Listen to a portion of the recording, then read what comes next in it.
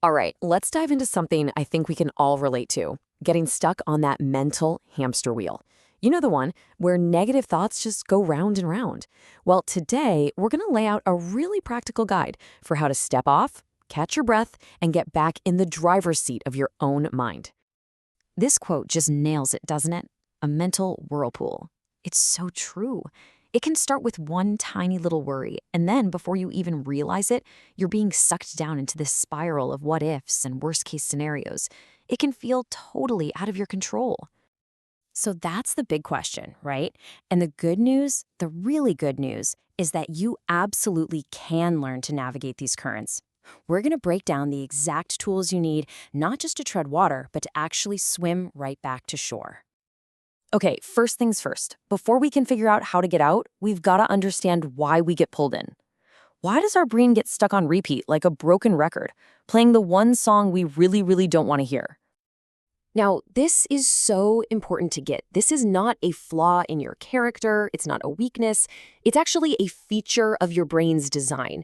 See, its number one job is to keep you alive. So it's constantly scanning for danger. And things like failure or embarrassment, well, the brain flags those as threats and zooms in on them, trying to solve the problem. And here's the anatomy of that whirlpool. It's a chain reaction. It all starts with a trigger. Could be anything. That sparks a negative thought. Then your brain grabs onto it and starts overthinking, which of course creates anxiety. And guess what? That feeling of anxiety becomes a brand new trigger for even more negative thoughts. And you're in the loop. But here is the most important part. You can break that chain at any point. So let's get practical. Let's open up our toolkit and look at the first steps you can take to find some calm, right in the heat of the moment. This first one sounds almost too simple, but trust me, it is a game changer. The second you say to yourself, oh, okay, I see what's happening. This is a negative thought loop. You've created space. You're no longer in the whirlpool. You're on the edge looking at it. And then you can realize, right, this is just my brain doing its safety thing. You are not your thoughts. You know how when your mind starts racing, your body tenses up? Your heart pounds, your breathing gets shallow? Well, guess what? It works the other way around too. We can actually use our body to tell our mind to calm down. So wherever you are, let's try this together right now. Okay, just get comfortable. We're going to start with a slow, gentle inhale through your nose. Ready? For 4, 3, 2, 1. Now just hold it right at the top for a count of 2. 1, 2. And now the most important part. A long, slow exhale through your mouth for 6, 5, 4, 3, 2, 1. See? That longer exhale is key. It literally flips a switch in your nervous system, telling your whole body, hey, we're safe. It's an instant pattern interrupt. All right, feeling a little bit calmer? Now that we've created some breathing room, we can go on the offense. This next set of tools is all about actively changing your perspective and taking the steering wheel back. So much of our anxiety lives in the future, doesn't it? It's all about the what-ifs. This is about making a powerful shift from that imaginary fear to the concrete facts. So you ask yourself, okay, what is actually happening in this exact moment? Not what I'm afraid might happen tomorrow. It pulls you right out of the scary story and back into reality. Now, for those thoughts that are just super sticky and refuse to leave you alone, try this. You basically make a deal with your brain. You say, okay, you can have 5 minutes to worry about this. Go for it. But you set an actual timer. And when it dings, you stop and you tell yourself, we'll deal with this later.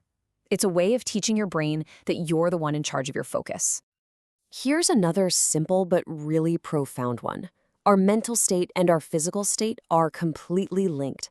When your mind feels stuck, chances are your body is stuck too, probably sitting still. Sometimes the absolute fastest way to unstick your mind is to unstick your body. And look, we are not talking about going for a 5-mile run.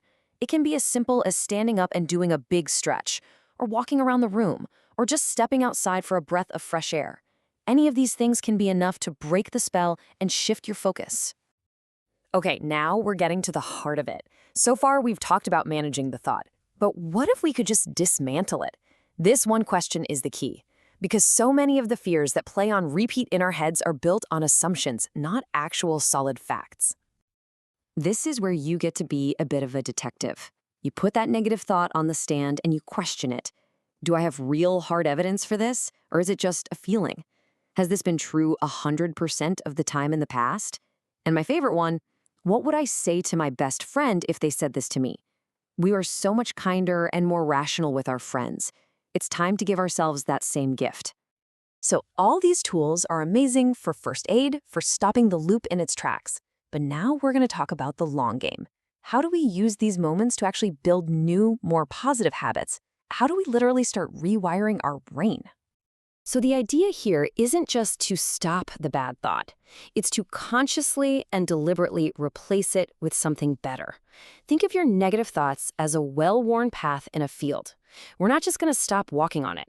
We're going to start creating a new, better path right next to it.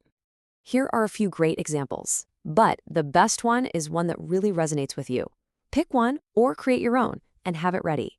So the next time you feel that whirlpool start to pull, you can pause, take that breath we practiced, and mentally grab onto your anchor. And this really is the core of it all. This isn't about getting into a fight with your own mind, because that's just exhausting, and you'll probably lose. It's about learning the skill of awareness. It's about creating that tiny little pause between the thought and your reaction. In that pause, that's where you have the power to choose something different. And I want you to really let this sink in. Every single time you do this, every time you name the loop, or take a conscious breath, or challenge a thought, you are doing a rep at the gym for your brain. You are physically strengthening new, calmer pathways. You are literally rewiring your brain for peace. So as we wrap up, I'll leave you with this. We've gone over a whole toolkit today. So which one are you going to try first? Because knowing all this is great, but the real change happens when you pick one tool and use it. The journey out of that whirlpool starts with that single conscious choice.